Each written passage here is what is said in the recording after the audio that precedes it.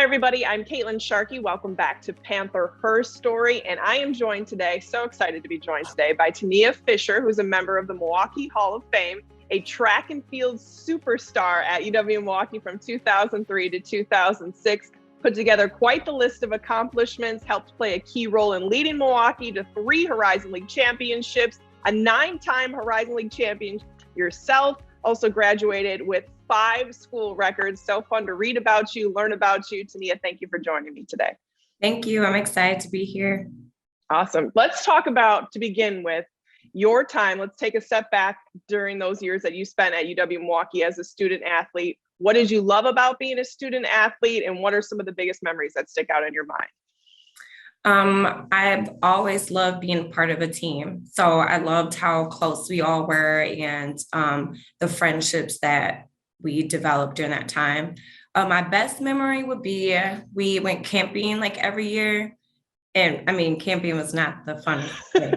So not that, but one year it was just like storming, and we pulled up and we legit could not camp. So I talked my coach into letting all the girls like just stay at our apartment. We had like a 4-bedroom, 3-bathroom apartment, which is insane.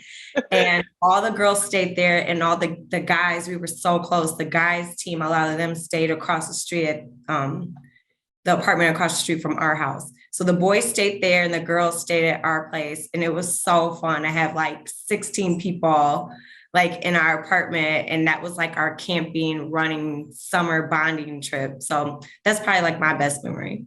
That's fantastic. That sounds like a blast. What did you really appreciate about being a student athlete, and how did UW-Milwaukee kind of, help you grow as an athlete, but also as a student in your time there?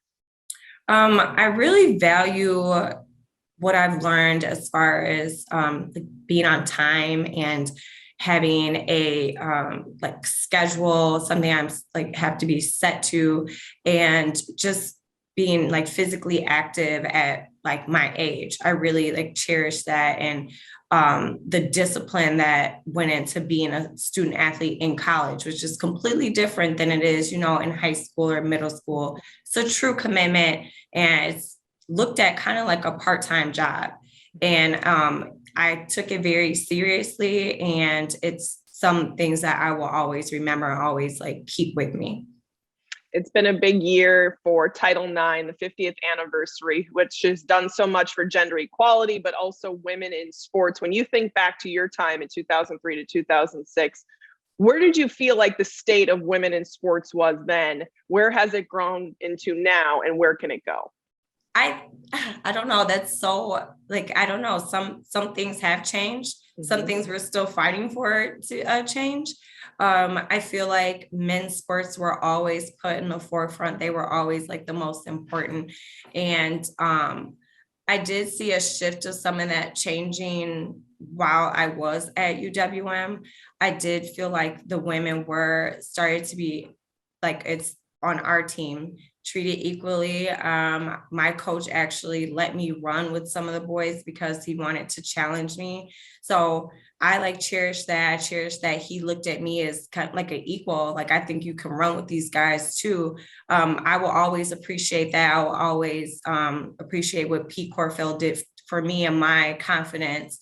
And I think I learned the most about Title IX is when one of our associate athletic directors, Deanna, she was writing a book about Title IX and how women can be more equal in sports. And she asked to use like my photo. And that is when that really opened my eyes to like a lot of the inequalities and how just at our little school on that level, how she was fighting to try to change that and bring awareness to it. So I cherish that deeply. And I think now we are still fighting for some of the same things, and some things have changed. Just in women's soccer, now they're finally being paid the same as men. I feel like within the sport of running and track and field, I feel like women are still fighting as far as, if they can be pregnant and if they will still be able to come back as athletes. So there are some things that, we still can fight for some change, but there has been little growth we have had. You touched on it a little bit but when I hear, we hear so much about, equality and gender equality in sports, what does that tangibly look like? You mentioned it a little bit with the coach that allowed you to participate with the men, but how can that look like for a coach or for student athletes to get more involved and not just say that there's equality, but actually put it in place? Well, I think just being confident in women, or these are like young girls at the time. I was like, think about it. Look at those pictures. You look like a kid, like, you know, like, so just honestly fostering like this self-esteem and confidence in these young girls that turn into, you know, young women as you have them the whole time. Let's start to advocate for some of these former athletes to then start to coach. We need more women coaches, and especially more women coaches of color. So I think that is something that we can start changing and making a difference as well. But I really think instilling this confidence and this bravery in these young girls and women can definitely promote change. And I think about you and how you have developed as, you know, from a student athlete to the person you are now. You are probably likely a role model for student athletes and women coming up in sports. Who are some of your role models when you were younger? Oh, I loved Flojo. I loved how she was still very like glammed up and then still ran and kicked butt. So I love that. This may be controversial, but I liked Marion Jones when I was younger. So she was a cool role model for me at the time. I really loved Wilma Rudolph. Any like female Black runner that I could like look at them and see myself. Those were my role models. And then obviously any upperclassmen at UWM, you know, you think those are like they're superstars to you as like a little freshman. I love that. Absolutely. And finally, to close, when you think about women in sports as a whole, you know, whatever, how big of a spectrum you want to think of it, what is your favorite women in sports memory? Just when you think of like, wow, that was peak women in sports, what would you think of? So honestly, I had the opportunity to meet Allison Felix when she came to Milwaukee and she spoke, and I was just extremely like blown away.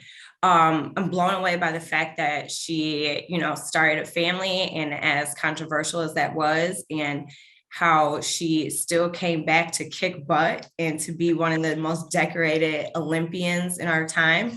So I think that is just like the epitome of women's sports. Like, oh, I had a baby and I'm gonna come back and kick your butt still.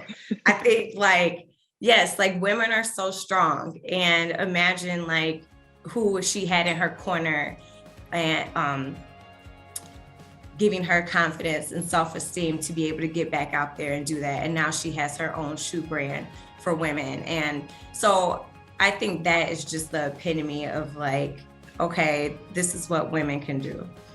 Fantastic. Well, Tenia, thank you so much for the time. It was a great conversation. And I think of all of those moments and they all put a smile on my face because like you said, we've come so far, but there's so much more to go. And I'm appreciative of your time and your message. Thank you so much.